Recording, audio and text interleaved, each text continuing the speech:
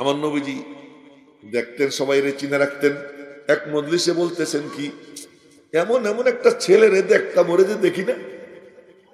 সাহাবীরা বলে কোন ছেলে? এমন এমন এমন এমন, নামটাম নবীজি জানেন না।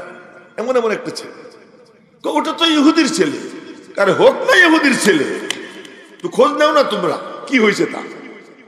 খোঁজ নিয়ে আইসা সাহাবীরা বলে জ্বর হয়েছে, জ্বর। নবীজি বলে না, হ্যাঁ ছেলেটার জ্বর হয়েছে, চলো গিয়ে দেখে আসি। দেখতে গেছে। তো নবীজি গেলে একা যাইতেন না,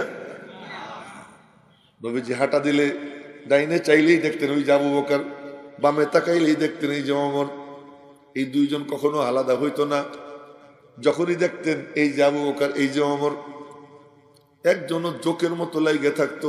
রব্বুল আলামিনের ফয়সালা হয়, তোরা দুইটা যখন এমন কইরা কোন সময় আলাদা হইস না, তা আমি আল্লাহর ফয়সালা আলাদা করব না। আলাদা যখন হয় না, আলাদা করব না। দুই সাথীকে পাশে নিয়ে হায় শুয়ে আসেন নিঝুম নিরালায়। এই জন্য আল্লাহ পাক বলে, জীবনেও যখন একসাথ, মরণের পরেও আলাদা করব না। মরণের পরেও একসাথে, কবরও আলাদা না, কবরও একটা।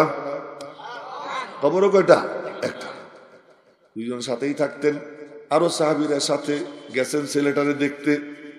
আল্লাহ কয়, ইহুদির ছেলে কিন্তু আমার দোস্তের চেহারার দিকে তাকাইয়া মনোযোগ দিয়ে এই কালামে পাকের বয়ান শুনছে।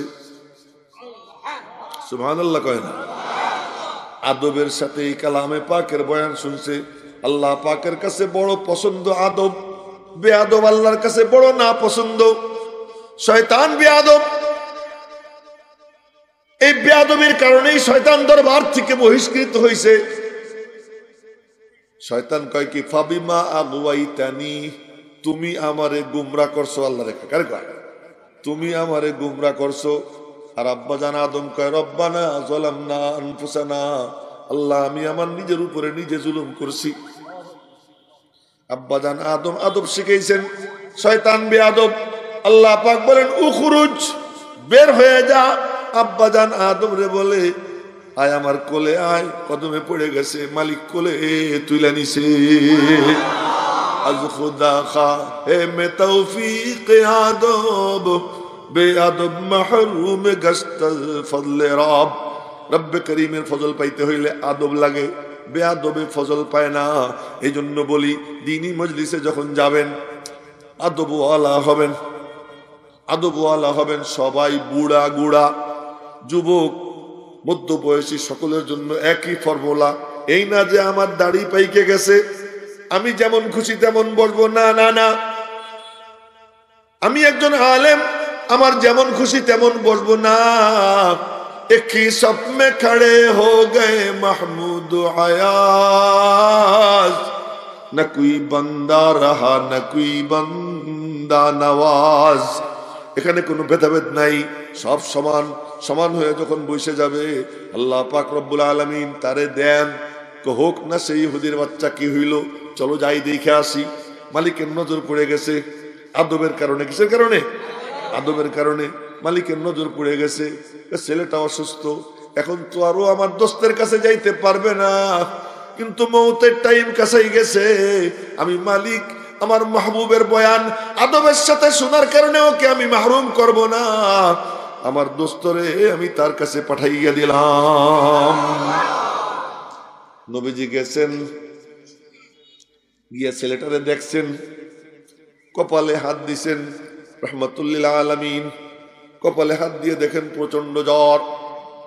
প্রচন্ড জ্বর দেখে চেহারার দিকে তাকাইয়া বুঝলেন বাঁচবে না।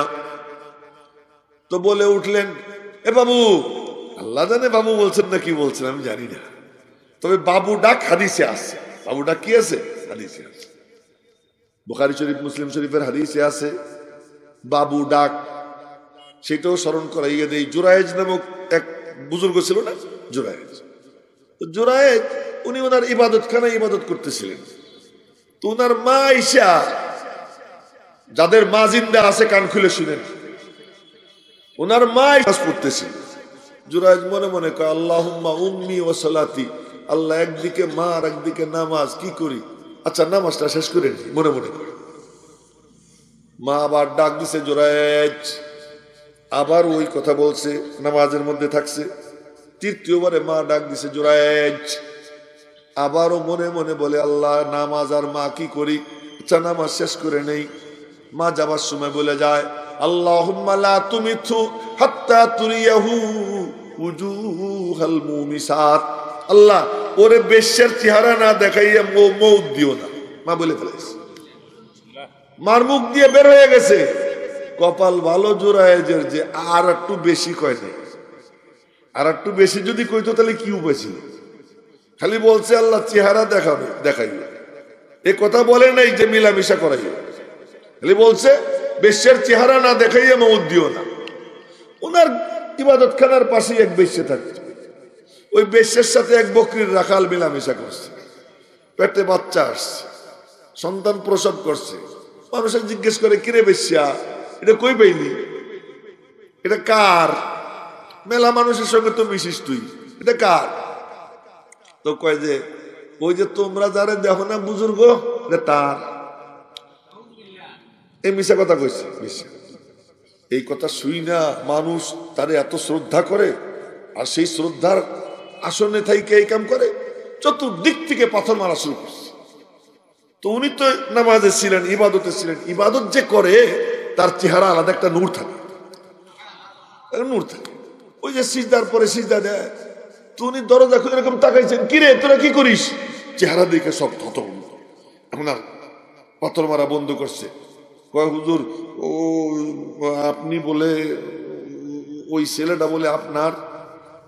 কার ছেলে? কই বেশ্যের ছেলে। কাচ্চা চল। এর নাম নাইমে গিয়া ওই বাচ্চার মাথায় হাত দিয়ে বলছেন ইয়া বাবুস, এই যে বাবু, এই যে বাবু জন্ম নেয়, ইয়া বাবুস, এ বাবু, মান আবুকা, তোর আব্বাকে। এই যে কোলে যেসব বাচ্চা কথা বলছে তার এক বাচ্চা হলো এই বাচ্চা। তোর আব্বাকে? আবি ফুলানুনির রাই, আমার আব্বা অমুক বকরির রাখাল। ওই বাচ্চা কথা বলে। তখন সবাইকে হুজুর আমরা বেয়াদবি করছি, মাফ করে দেন, আপনার এই ঘরটা স্বর্ণ দিয়ে বানাই দিই। না স্বর্ণ দরকার নাই, ওই মাটি দিয়ে যা ছিল তাই বানাই দিই। তাই বানাই দিছে। বলার মাকসাদ যে নবীজি এখন যাদের মা আছে সাবধান, যদি কিছু বইলে ফেলা না, মারাও সাবধান, রাগ করে বদদুয়া দিয়েন না, তাহলে কিন্তু লাগে যাবে। বদদুয়া দিয়েন না, যত কিছু করুক বদদুয়াটা দিয়েন না। যে কোনো কায়দায় ছেলের জন্য দোয়া করে, সন্তানের জন্য দোয়া করবেন, বদদুয়া করবেন না। আর সন্তান না মনে রেখো, সাবধান, মার মুখ থেকে যদি বের হয়ে যায় কিছু, বাপের মুখ থেকে যদি বের হয়ে যায় কিছু, তো আর সে আজিমের মাঝে আর তার কথার মাঝে কোনো বেড়া থাকে না, ডাইরেক্ট গিয়ে আর সে আজিমে পৌঁছে যায়। সাংঘাতিক ব্যাপার। তো নবীজি কি বলছেন জানি না, হয়তো বলছেন কিছু একটা, বললেন তুই কলেমাটা পড়ে ফেলা। দেখেন ওই যে শুধু নজরের বরকত। কিসের বরকত? নজরের। ওই দিকে চাইয়া মনোযোগ দিয়ে বয়ান শুনছে, নজরের বরকত। নবীজি বললেন কলেমাটা পড়ে ফেলা। ওর বাপ বুড়া ইহুদি পাশে দাঁড়াই রয়েছে, বাপের দিকে তাকাইছে, কিরে আব্বা পড়বো নি। ইহুদি পিতা সন্তানরে বলতে পারে পড়, কিন্তু না বইলে কেমনে পারবে? উপর থেকে ফয়সালা হয়ে গেছে। মানুষ পিতা বলতেছে কি, আব্বু আতি আবাল কাসিম, আমার কথা শুনিস না, আবুল কাসিমের কথা শোন। পড়ে ভালো। ও কালিমা পড়ছে, কালিমা পড়ছে, নবীজির চোখের দিকে তাকাইয়া পড়ার সাথে সাথেই দম বের হয়ে গেছে ইন্তেকালের আগে। এই জন্য অনেক হিন্দু আছে আলেম ওলামার সঙ্গে ভালো ব্যবহার করে, মুসলমানদের সঙ্গে ভালো ব্যবহার করে। রমজানের রোজার দিন রোজাদারদেরকে দেখা বিড়ি সিগারেট তার সামনে খায় না, এই যে ইজ্জত করে। ওই রকম কোন হিন্দু যদি হয়, আশা করা যায় মরণের আগে আল্লাহ পাক কোন ফেরেশতা পাঠাইয়া তারে কালেমা পড়াইয়া মুসলমান বানাইয়া মৌত নসিব করে দিবে।